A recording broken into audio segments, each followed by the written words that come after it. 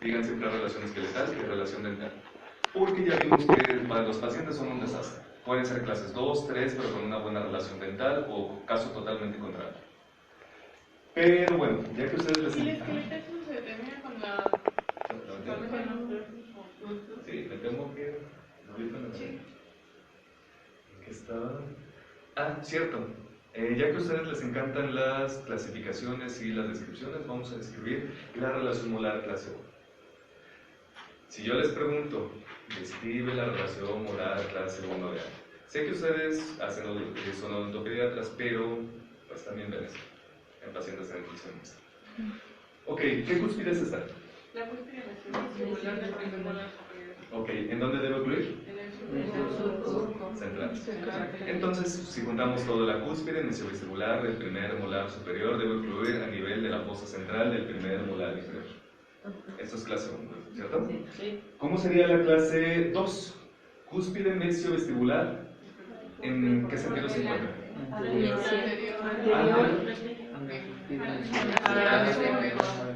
Exacto.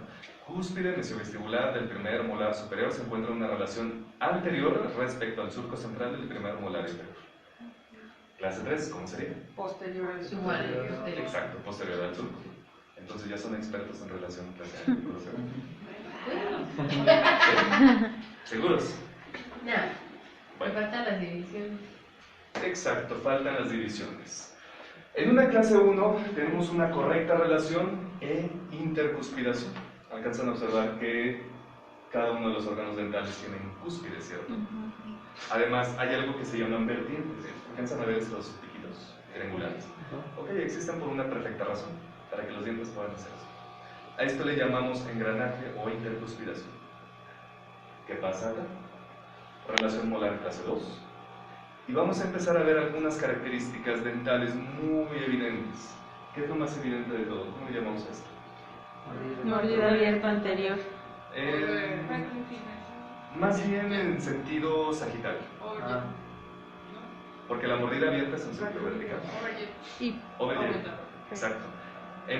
Entonces, en una clase 2 tenemos un overjet aumentado. Este es un sentido sagital, no se me vayan a confundir. Ahora sí vamos con el sentido vertical. ¿Abierta? No, el overjet ya lo dije. ¿Esta es abierta? Pero esta. Esta es la norma. Para que se den una idea, incisivo superior debe cubrir 1/3 de la cara de los inferiores. Debe quedar más o menos por acá. Este es el overjet y overbite perfecto e ideal. ¿Qué pasa si lo tenemos así? ¿A cómo se le llama este término?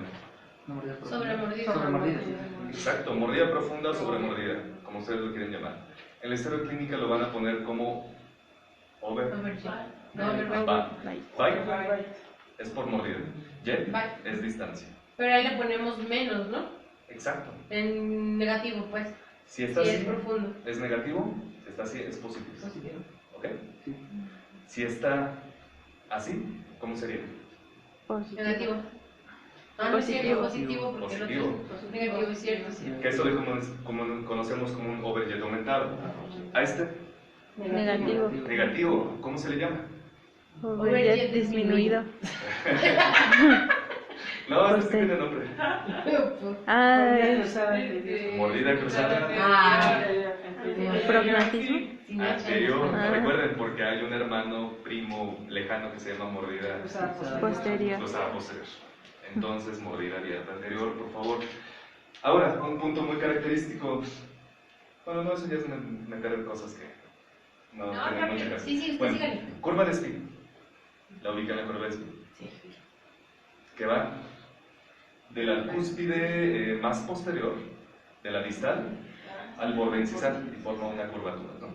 Lo ideal es que esta curvatura tenga una distancia aproximadamente de 1 milímetro de profundidad entre angulares. Básicamente tiene que formar esto. Punta del incisivo, última cúspide de molares. ¿Qué pasa con estos pacientes? Está extremadamente profunda. ¿Por qué creen que los incisivos se van tan hacia arriba?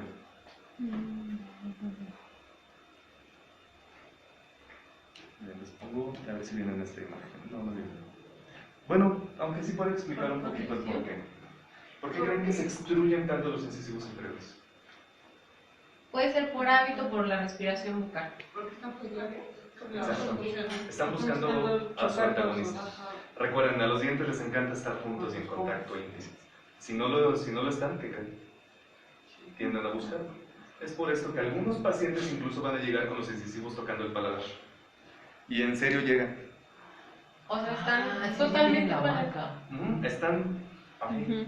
Básicamente los incisivos están mordiendo el paladar. Están así. Ah, sí, sí. Ujú. ¿Por qué? Porque la curva de Spee está tan alterada que tienen que comer con algo y comen paladar de sus incisivos inferiores. Algo tienen que tapar, algo tienen que detener todo esto. ¿Y qué creen que es? Pues lo que encuentran. Ya sea lengua, paladar, lengua, carrillo, mejilla, nana, lo que sea. Pero bueno. Esto se soluciona con brackets, entonces, sí, por eso no se preocupen tanto. Clase 3. ¿Qué observamos? Relación canina. Olvidé mencionar algo. Relación canina. Clase 2 es cuando el canino superior se encuentra más anterior respecto al primer premolar y al canino. Pero en su caso, ubíquense con el canino. El canino inferior y el superior tienen que estar en contacto entre vertiente y vertiente. Vertiente mesial del inferior y distal del superior. En clase 2, este se encuentra más anterior respecto al inferior. Y en clase 3 se encuentra más posterior respecto al inferior. Todo lo contrario. Ok, ustedes ya son, me imagino, bastante expertos en todo este aspecto, espacios primates y demás. Pero vamos a ver por qué es importante y cómo influye y cómo puede desencadenar que un paciente requiera algún tipo de tratamiento, ya sea ortodóntico interceptivo u ortopédico. Hay dos ramas, ortopedia y ortodoncia interceptiva. Tercer semestre, cuarto semestre. ¿Debería ser al revés? No, más bien ortopedia debería ir desde segundo. Y luego ortodoncia interceptiva, pero bueno, eso es otro problema, que no me puedo meter. Ortodoncia interceptiva, ustedes van a tratar y corregir maloclusiones dentales, malposiciones, apiñamiento, en sí todo lo que tenga que ver con dientes. Ortopedia, recordemos, es lo más interesante. Huesos, dientes, músculos, crecimiento, todo eso. Pero bueno, para no salirme mucho de contexto, empecemos con los espacios primates. Ya los han visto, ¿verdad? Ya los han manejado, saben para qué funcionan. Ya los diagnostican, los usan con sus pacientes en clínica. Pues Usarlos no tanto. no se ha visto. No. No. Bueno, ¿por qué es importante conocer esto? Los espacios primates o espacios primarios de desarrollo es como, podría decirse como una vista al futuro de qué es lo que podría pasar con los pacientes. Si lo presentan, qué excelente, qué perfecto. ¿Por qué?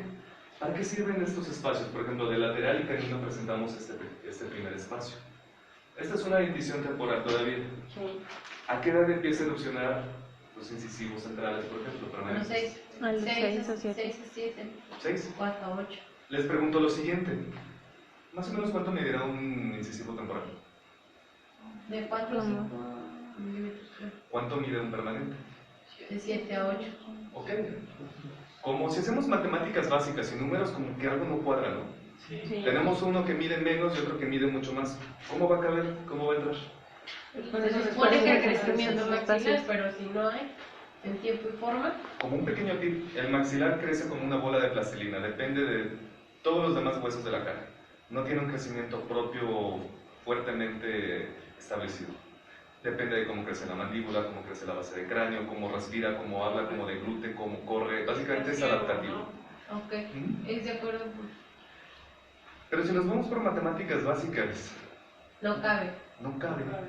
¿Cómo va a caber? Gracias a los espacios primarios. Gracias a esos espacios. Aquí tenemos un pequeño comodín, ¿no? Como de 1 o 2 milímetros. Y aquí, pues bueno, nos faltan como... Aquí tenemos 1, probablemente 2 y aquí 1. Tenemos 4, ¿no? Tenemos 4 a favor. ¿Cuánto me dijeron que medía cada uno de ellos? Pongámosle 4. 4 a 5. Bueno, 5, ¿no? 5 y el otro 8. Si lo sumamos son 10. ¿Cuánto mide un incisivo permanente? Pongamos unos 10 milímetros, ¿no? Entonces, 10 versus 20 milímetros que necesitamos. ¿Cuánto nos queda? Eso es comer cosas duras. La mitad de este espacio lo va a conseguir por los espacios primarios y la otra mitad sí por el desarrollo y crecimiento activo y conformación de arco y musculatura y demás. Pero, ¿qué pasa si un paciente llega a su consulta y no presenta estos espacios? Ya tenemos expansión. los de menos.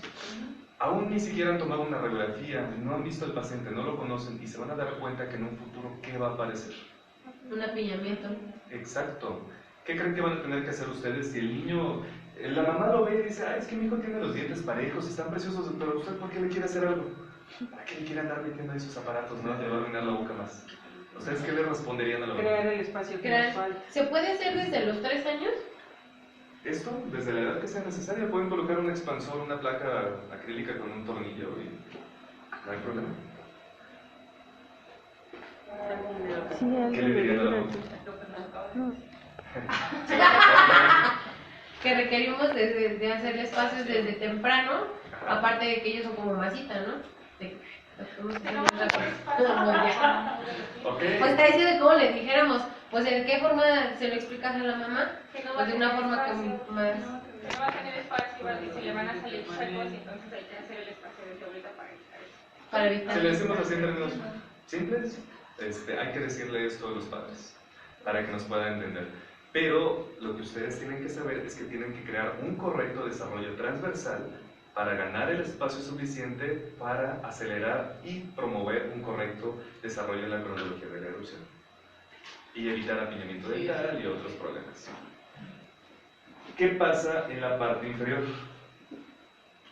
¿Cuánto mide un incisivo inferior permanente? 7. Como unos 6 más o menos. ¿Y un temporal? 3. 2. 3. Ok, nos pasa exactamente lo mismo. ¿Creen ustedes que si no hay espacios fisiológicos de desarrollo podrán erupcionar los incisivos permanentes? No, ¿verdad? Ahora, peor todavía, y en esto ustedes sí son mucho más expertos en todo aspecto que cualquier otra persona, ¿qué pasa si hay pérdida prematura, lesiones por caries de los órganos dentales? Perdemos espacio. Si perdemos espacio, ¿qué va a ocurrir? Apiñamiento. Exacto, apiñamiento. Entonces, a partir de este momento, ustedes, en cuanto hagan la historia clínica, hagan análisis de modelos, vean a su paciente, denle mucha importancia a estos aspectos porque, otro punto que no les dije, su principal trabajo en ortopedia y en ortodoncia intersectiva, ¿qué será? Prevenir. No hay mejor tratamiento y el más efectivo que la prevención. Para darles una idea, en la ortodoncia se han creado tantas ramas y tantos tratamientos y terapéuticas tan complejas y tan largas y complicadas precisamente porque la gente no previene. Hay una técnica llamada MIU, Multiloop Edgewise, que es extremadamente compleja, cara, dolorosa para los pacientes. Todo esto se podría evitar simplemente con hacer un diagnóstico cefalométrico dental adecuado. No hay mejor tratamiento que la expansión. De hecho, tenía un maestro que sinceramente nos decía, hay pacientes que cuando se sientan en el consultorio dental ustedes no saben ni qué hacer con ellos. Siempre hagan expansión. Y yo decía, ¿cómo siempre vamos a hacer expansión? Y al final sí tiene razón. Casi todas las maloclusiones, su etiología, lo que hay que hacer es porque hace falta espacio. Es muy raro el paciente que llega para un tratamiento ortopédico, ortodóntico, que llegue con exceso de espacio. Es muy raro. Ustedes siempre van a tener que terminar expandiendo en cierto grado o en cierta medida. Entonces, pongan mucha atención a esto, por favor. ¿Dudas en lo anterior? No. ¿Sí lo pusiste? ¿No? Ok, sus objetivos. Como ya les mencioné, primero tienen que diagnosticar y evitar el apiñamiento de los primeros órganos dentales permanentes que van a erupcionar. ¿Quién me puede decir cuáles son los primeros? Incisivos centrales inferiores. Seguimos con ¿cuáles? Incisivos centrales. Superiores. Después, ¿con qué seguimos? Laterales superiores. Después, Laterales superiores. después. Primer molar inferiores. Ok, entonces ustedes van a tener que aprenderse las edades, cronología y dirección de crecimiento y de erupción además de cada uno de sus órganos dentales. ¿Por qué? Para empezar a diagnosticar. Diagnosticar y evitar. Ok, dentro de estos, bueno, Tienen que cuidar que no vaya a haber ningún tipo de obstáculos, lesiones previas o pérdida de espacio. Si hay pérdida de espacio, ¿qué van a tener que hacer? Expansión. Expandir, buscar el espacio. Y al final lo ideal es que los molares lleguen en una relación. ¿Cuál es la relación ideal? Clase 1. Ok, clase 1. Ahora, no es una ley que todos los pacientes deban llevar a clase 1. Hay clases 2 funcional, la clase 3 no es funcional y nunca debería haber clase 3. Pero si nos vamos a hacer muy estrictos, clase 1. Si no logran la clase 1, tampoco se depriman y lloren. Porque hay más cosas. Ok, empecemos con la erupción del primer molar. Tenemos estos dos órganos. ¿Cómo se conoce este plano? Recto. Recto.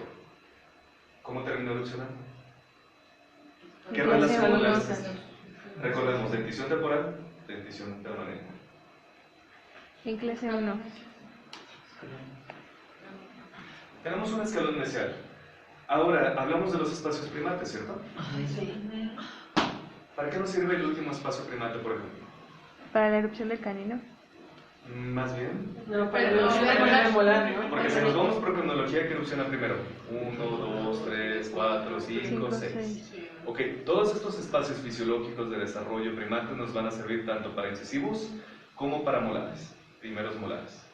Si no presenta estos espacios, va a presentar un escalón, bueno, puede presentar un escalón mesial, distal, exagerado, pero al final va a terminar erupcionando en una relación clase 1, clase 2 o clase 3. ¿Todo por qué puede ser? Por el espacio primario. Okay. Entonces, si ustedes ven un paciente con relación clase 3, mordida cruzada anterior, dicen, seguro es una clase 3, vamos a ponerle una máscara ahorita. ¿Pero qué creen? Simplemente fue dental porque no hubo espacio, hubo mesialización porque hubo lesiones por caries, pérdida prematura, no mantuvieron el espacio, no colocaron su botón de Nance, ni arcolingual, ni bandas, etc. Fue porque perdió espacio. Recordemos algo muy importante, los órganos dentales por el patrón y dirección de crecimiento y de erupción tienden a irse en un sentido anterior. ¿Qué quiere decir esto? Los órganos dentales migran hacia mesial. Si ustedes pierden un órgano dental, ¿qué creen que va a pasar con el posterior? Se mesializa. Se va a mesializar. ¿Por qué pasa eso? Porque busca chocar con alguien. Ajá, ese es un punto. Recuerden, el crecimiento. ¿Saben cómo crece el maxilar, por ejemplo? Puro profesión. Crece hacia adelante y hacia abajo, porque lo empuja la base del cráneo, la bóveda craneal, el etmoides y un montón de estructuras más. ¿Cómo crece la mandíbula? Hacia adelante. adelante. Exacto. Entonces, ¿se dan cuenta que todos tienen un patrón de dirección de crecimiento hacia anterior, cierto? Si la mandíbula crece, ¿qué pasa con los órganos dentales? ¿Hacia dónde van a migrar? Pues Hacia mesial. Si el maxilar crece hacia adelante, ¿hacia dónde van migrando los dientes? Hacia mesial. Hacia mesial. ¿Qué pasa si durante el crecimiento y desarrollo pierde un órgano dental y sigue este crecimiento? Pues se sigue mesializando. Exacto, se van a mesializar. Si se mesializan, ¿qué van a tener que hacer? Pues distornarlos después para poder crear el espacio y colocar la pieza faltante. Exactamente. ¿Todos bien con esto? ¿Alguien tiene dudas? No. ¿Seguros? Sí. Entonces ya vieron la importancia de los espacios primates, ¿cierto? ¿Qué va a pasar con los planos terminales? En un 85% de los casos van a terminar en clase 1. Si el paciente lo ve en un plano terminal recto, podrían confiarse un poco y decir, no va a haber problema, va a tener una buena relación molar.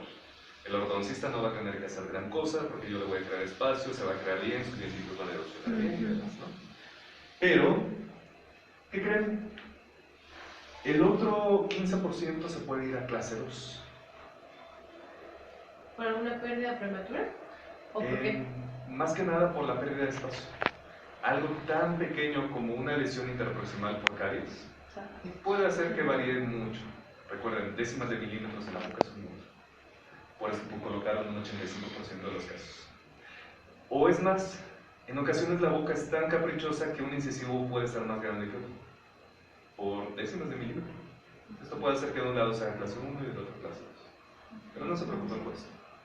Lo que sí tienen que aprenderse son los planos terminales.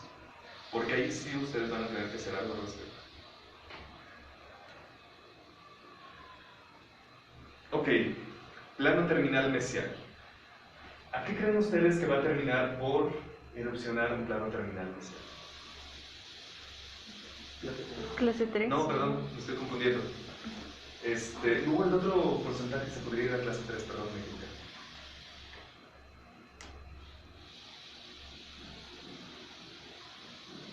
No. Plano mesial. No, esta es otra cosa. El mesial. Es que tenemos mesial y mesial exagerado. Ajá. El mesial exagerado sí va casi va a a terminar caer en clase clase 3. Aquí sí es un plano terminal, todavía tenemos la oportunidad de que entre en clase 1 y una oportunidad ya un poquito más elevada de que entre en clase 3. Recuerden, primeros molares permanentes. En este tipo de casos, Ay, ya. ¿qué tendrían que hacer ustedes? No puedo. Expansión en maxilar. Al contrario. O si detener los- el crecimiento mandibular. Podría ser, puede que el problema sea mandibular. O tal vez tengas que hacer esto hacia adelante.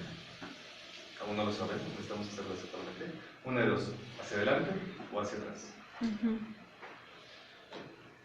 Pero en el exagerado sí va a terminar siendo clase 3. Ok, en este tipo de casos, si ustedes desde un principio ven a un niño con mordida cruzada anterior, plano terminal, mesial exagerado, manden a hacer estudios cefalométricos siempre, por favor. ¿Es mesial o es distal? No, esta es necesidad. Va hacia adelante, es mesial. Depende, hay casos en los que sí considero que no vale mucho la pena. Si ustedes notan una discrepancia muy característica, por ejemplo, de todo lo que vimos anteriormente, ya sea un clase 2, un clase 3, mordida abierta, crecimiento muy vertical, sí manden a hacer estudios. El empezar a ver la oclusión, por ejemplo, este tipo de fotografías, les da una muy buena idea de si deben o no mandar a hacer un estudio cefalométrico. Para que se den una idea, el estudio completo anda costando como 800 pesos. Hay pacientes que sí se enojan si se los mandas y no les haces nada, y hay otros que, pues, no, sinceramente, nunca aterrizan nada. Ujú. Pero si nos vamos siendo un poquito más empáticos, si es un paciente perfectamente bien equilibrado, con una buena relación, que facialmente ustedes lo ven perfecto, con un plano recto, sin problemas musculares, pues sinceramente no vale la pena. Más que la panorámica, eso sí. Eso siempre sí tienen que mandarlas a hacer. Pero si ven esta discrepancia, por favor siempre manden a hacer estudios psicométricos. Ya de perdida, aunque ustedes no hagan el trazado, pero con que se los manden a hacer ya con la hoja, ya es un gran avance. Este sí es el lista, que va a terminar en un clase 2.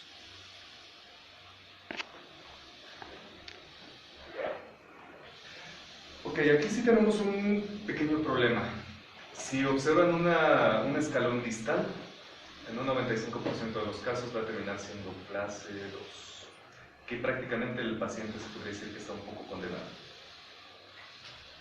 Entonces, en este tipo de casos, si ustedes ven a un paciente así que les llega a su clínica y no han hecho más estudios todavía de historia clínica, hagan la historia clínica y al mismo tiempo manden a hacer estudios cefalométricos de cajón. Ya sea en el caso anterior un clase 3 o en este clase 2, siempre manden a hacer el estudio cefalométrico. Si sospechan de algo en un clase 1, por ejemplo, como que el crecimiento se ve demasiado vertical, como que esta zona se deprime un poco, o tiene algún hábito muy raro, mordida abierta, o un patrón que ustedes les dé a entender que puede desarrollar A, porque hay un término que se llama tendencia a clase 3, tendencia a clase 2. Puede que sea clase 1, pero ustedes notan que hay una tendencia a ser clase 3. Un ejemplo, les llega a los 4 años de edad, plano terminal recto, un buen overjet, overbite, el niño está precioso, está bonito, perfecto, ¿no? Pero notan como que empieza a deprimirse esta zona, como que el perfil es ligeramente cóncavo y sobre todo los padres son prógnatas. Pero el niño todavía está bien, no tiene problemas. ¿Qué harían ustedes? Solicitar los estudios. Mandar a hacer estudios. Mandar a hacer estudios. Cuando vean que alguno de los padres tiene una discrepancia, una maloclusión esqueletal, porque hay veces que pasa, lo primero que entra es la mandíbula del padre y luego el niño. O caso contrario, primero entra el labio superior, el maxilar, que el padre, y ven al niño pequeño y como que están pensando, tiene 4 años. A esta edad todavía no se puede observar un gran cosa.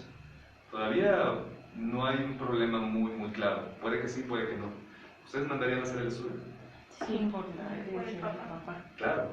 Hay algo en Ricketts que se llama predicción de crecimiento arqueal. En ciertos estudios cefalométricos pueden mandar a hacer esta predicción de crecimiento, o la pueden hacer ustedes. ¿A qué me refiero con esto? Si les llega un paciente a los 5 años, Ricketts hizo su estudio longitudinal durante... ¿cuántos